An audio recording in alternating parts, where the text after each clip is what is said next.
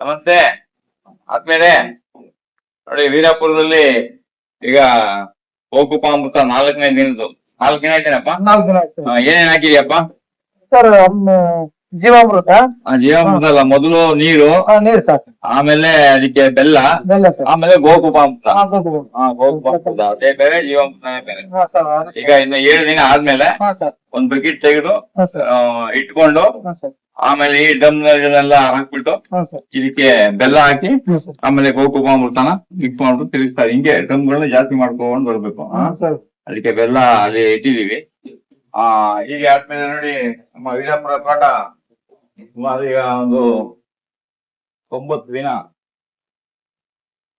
ದಿನ ಆಯ್ತು ನೋಡಿ. ಜಟ್ರೋಪ ಒಳ್ಳೆ ಹೈಟ್ಗೆ ಬಂದಿದೆ, ಜಟ್ರೋಪ. ಆಮೇಲೆ ನಾವು ಹಾಕಿರುವಂತ ಈ ಬಿದಿರು ಬಹಳ ಬಂದಿದೆ. ತೆಂಗಿನ ಗಿಡ ನೋಡಿ ಯಾವ ರೀತಿ ಇದೆ ಅಂತ. ಇದು ಫ್ರೂಟನ್ನು ಯಾವ ರೀತಿ ಇದು ಬಂದಿದೆ.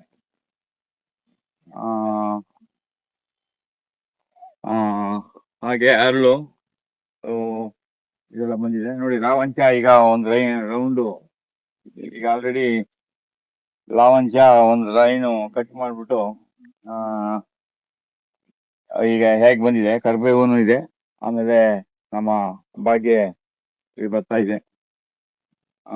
ನಾವು ಈಗ ಬೇಕಾದಾಗೆ ಹೇಗ್ ಬೇಕು ಹಾಗೆ ಇದನ್ನ ಇಲ್ಲಿ ನಾವು ಇನ್ನೊಂದ್ಸಲ ಬೇಕಾದ್ರೆ ಇದನ್ನ ಕಟ್ ಮಾಡಿ ನಟ್ಕೊಳ್ಬಹುದು. ಪಪ್ಪಾಯ ಬಹಳ ಸೂಪರ್ ಆಗಿ ಬಂದಿದೆ ಅಲ್ಲ ಪಪ್ಪಾಯ? ನೋಡಿ ಹೆಂಗ್ ಬಂದಿದೆ ನೋಡಿ ಪಪ್ಪಾಯ. ಪಪ್ಪಾಯ ಈಗ 90 ದಿನಕ್ಕೆ ನೋಡಿ ಒಳ್ಳೆ ಚೆನ್ನಾಗಿ ಇದು ಕಟ್ ಆಗ್ತದೆ. ಇದು ಮಾವಿನ ಗಿಡ ಇದು ಬರ್ತಾ ಇದೆ. ಆಮೇಲೆ ಇದನ್ನು ಲಿಂಬೆಹಣ್ಣು ಗಿಡ ಕ್ಲೀನ್ ಆಗಿ ಹೀಗೆ ಬರ್ತಾ ಇದೆ. ಪಪ್ಪಾಯ ಅಂತೂ ಅದ್ಭುತವಾಗಿ ಒಳ್ಳೆ ತಾಕತ್ತಾಗಿ ಬರ್ತಾ ಇದೆ. ರಮೇಶನ್ ತಗಾನೆ ಬರ್ತಾ ಇದೆ ಅದು. ಚೆನ್ನಾಗೆಲ್ಲ ಐತೆ. ಏನಂದ್ರೆ ಈ ಹುಲ್ಲೆಲ್ಲ ಹಂಗೆ ಬಿಡ್ಬೇಕು, ಬುಡ ಮಾತ್ರ ಕ್ಲೀನ್ ಮಾಡ್ಬೇಕು. ಆ ಹುರುಳಿಯನ್ನೆಲ್ಲ ಬುಡದಲ್ಲಿ ಬಂದಿದ್ದ ಹುರುಳಿಯನ್ನ ನೋಡಿ. ಆದ್ಮೇಲೆ 90 ದಿನದಲ್ಲಿ ಅರಳು ನಮ್ಗೆ ಒಣಗಿ ಸಿಕ್ಬಿಡ್ತದೆ. ಅಂದ್ರೆ ಅಷ್ಟು ಬೇಗ ಅರಳು ಬರುತ್ತೆ. ನಾವು ಈ ಸ್ಪೆಷಲ್ ಅರಳು ನೋಡಿ. ಇದು ಈಗ ನಿಮ್ಗೆ ಇಲ್ಲಿ ನೋಡಿ ಈ ಪಪ್ಪಾಯ ನೋಡಿ ಯಾವ ಮಟ್ಟದಲ್ಲಿ ಇದೆ ಅಂತೇಳಿ. 90 ದಿನದಲ್ಲಿ ಪಪ್ಪಾಯ ನೋಡಿ ನಿಮ್ಗೆ ಕಾಯಿ ಸ್ಟಾರ್ಟ್ ಆಗಿದೆ, ಹಣ್ಣು ಸ್ಟಾರ್ಟ್ ಆಗಿದೆ, ಚೆನ್ನಾಗಿ ಬರ್ತಾ ಇದೆ. ನಾವೇನಿಲ್ಲ ಅದನ್ನ ಸುಮ್ಮನೆ ಅದು ಪಾಳಿಗೆ ಅದನ್ನ ಬುಡ ಸ್ವಲ್ಪ ಕ್ಲೀನ್ ಮಾಡ್ಕೊಂಡು ಬಿಟ್ಬಿಡ್ಬೇಕಷ್ಟೇ. ಅರಳು ಇದು ಬಹಳ ಅದ್ಭುತವಾದ ಒಂದು ಅರಳಿದೆ. ಚೆನ್ನಾಗಿ ಎಲ್ಲ ಕಾಯಿ ಎಲ್ಲ ಆಗ್ಲೇ ಇದ್ದಕ್ಕೆ ಶುರು ಆಗಿದೆ. ಆಮೇಲೆ ಕ್ರೋಟನ್ನು ಬಹಳ ವಿಶೇಷವಾಗಿ ಬಂದಿದೆ. ಹಾಗೇನೆ ಜಟ್ರೋಪ ನೋಡಿ. ಇವಾಗ ಒಂದು 90 ಡೇಸ್ ಜಟ್ರೋಪ ನೋಡಿ ಯಾವ ಹೈಟ್ ಹೋಗಿ ನೋಡಿ. ಮೋರ್ ದೆನ್ 6 to 7 feet 7 ಅಡಿ ಹೈಟ್ಗೆ ಅದು ಬಂದಿದೆ ಇದು ಜಟ್ರೋಪ.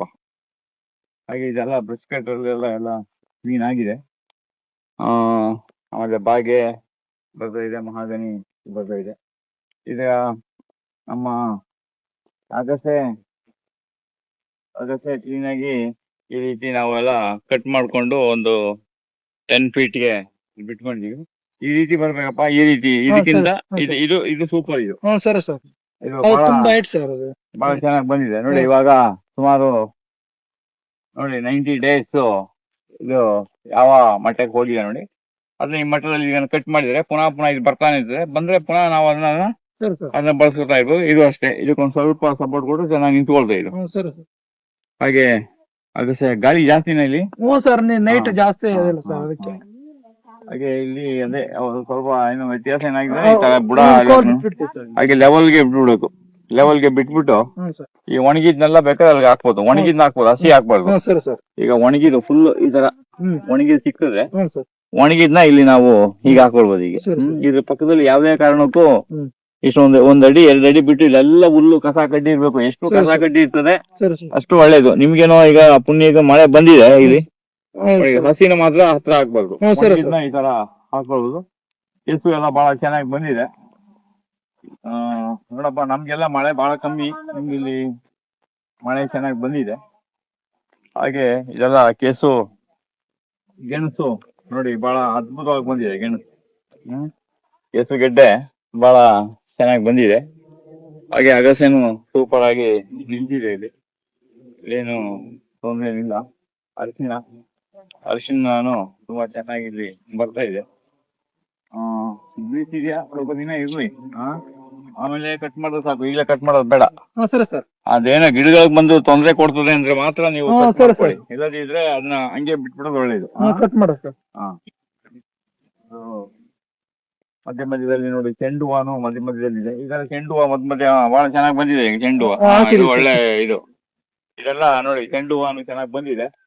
ಮಧ್ಯ ಮಧ್ಯ ಚೆಂಡು ಹೂವ ಎಲ್ಲ ಅದಿನ್ನು ಹೂವ ಬರಕ್ ಶುರು ಆದ್ರೆ ಆ ಕೀಟಗಳನ್ನ ಅದು ತುಂಬಾ ಚೆನ್ನಾಗಿ ಆಕರ್ಷಣೆ ಮಾಡ್ತದೆ. ಅದರಿಂದ ನಮ್ಮ ಜಮೀನಿಗೆ ಕೀಟ ಬರೋದು. ಈಗ ಎರಡಿಗೆ ಹಣ್ಣಿನ ಗಿಡದ ಮಧ್ಯದಲ್ಲಿ ಒಂದೆರಡೆರಡು ಈ ತರ ಇದು ಹಾಕೊಳ್ಳೋದು ತುಂಬಾ ಚೆನ್ನಾಗಿ ಬರ್ತದೆ. ಆಮೇಲೆ ಮಧ್ಯದಲ್ಲಿ ಈಗ ಮೆಣಸಿನಕಾಯಿ ಎಲ್ಲ ಬಂದ್ರೆ ಮೆಣಸಿನಕಾಯಿ ಚೆನ್ನಾಗಿ ಬಂದಿದೆ. ಗಿರಿಸಿಡಿಯ ಅದ್ಭುತ. ಗಿರಿಸಿಡಿಯದ ಬಗ್ಗೆ ಹೇಳಿದಷ್ಟು ನೋಡಿ. ಈ ತೆಂಗಿನ ಗಿಡ ನೆಡುವಾಗ 2 ಎಲೆ ಇತ್ತು ನೋಡಿ. ಅದು ಬರೋ ಪಿಕಪ್ ಅಲ್ಲೇ ನೋಡಿ ಯಾವ ರೀತಿ ಬರ್ತಾ ಇದೆ ಅಂತೇಳಿ. ಬಹಳ ಸ್ಟ್ರಾಂಗ್ ಆಗಿ ಬರ್ತಾ ಇದೆ. ಅದು ಬುಡ ಏನ್ ಕೆಡ್ಕೋದ್ ಬೇಡ, ಸುತ್ತ ಹಂಗೆ ಬಿಟ್ಕೊಂಡ್ರೆ ಸಾಕು. ಆಮೇಲೆ ಹೆಬ್ಬೇವು ನೋಡಿ ಒಳ್ಳೆ ಹೈಟ್ ಆಗಿ ಬರ್ತಾ ಇದೆ ಹೆಬ್ಬೇವು. ಲಾವಂಚ ಮತ್ತೆ ಕಟ್ ಮಾಡೋದ್ಮೇಲೆ ಪುನಃ ಅದು ತೀರ್ಕೊಂಡೆಲ್ಲ ಬರ್ತಾ ಇದೆ ಕ್ಲೀನ್ ಆಗಿ. ನೇರಳೆ 2 ತೆಂಗಿನ ಗಿಡದ ಮಧ್ಯದಲ್ಲಿ ಒಂದು ನೇರಳೆ, ಮತ್ತೆ ಇಲ್ಲಿ 2 ತೆಂಗಿನ ಗಿಡದ ಮಧ್ಯದಲ್ಲಿ ಒಂದು ನಮ್ಮ ಕಾಡು ಬಾದಾಮಿ, ಅದು ಚೆನ್ನಾಗಿ ಬರ್ತಾ ಇದೆ. ಗಿರಿಸಿಡಿಯನ್ನ ಈಗ ಸ್ವಲ್ಪ ಟ್ರಿಮ್ ಮಾಡ್ಕೊಂಡಿದ್ದಾರೆ, ಚೆನ್ನಾಗಿ ಮೇಂಟೈನ್ ಮಾಡಿದ್ದಾರೆ, ತೊಂದರೆ ಏನಿಲ್ಲ. ಸ್ವಲ್ಪ ನೆಲ ಆಗ್ದಿರೋದೊಂದು ಬಿಟ್ರೆ ಇನ್ನು ಬಾಕಿ ಇಲ್ಲ ಏನಿಲ್ಲ. ನುಗ್ಗೆನು ಬಹಳ ಅದ್ಭುತವಾಗಿ ಬಂದಿದೆ. ನುಗ್ಗೆನು ಸ್ವಲ್ಪ ಸೊಪ್ಪೆಲ್ಲ ಕಿತ್ಕೊಳ್ಳುವಾಗ ಇನ್ನೇನು ಹೂವು ಆಗ್ಬಿಡ್ತದೆ ನೀನು ಕಾಯಿ.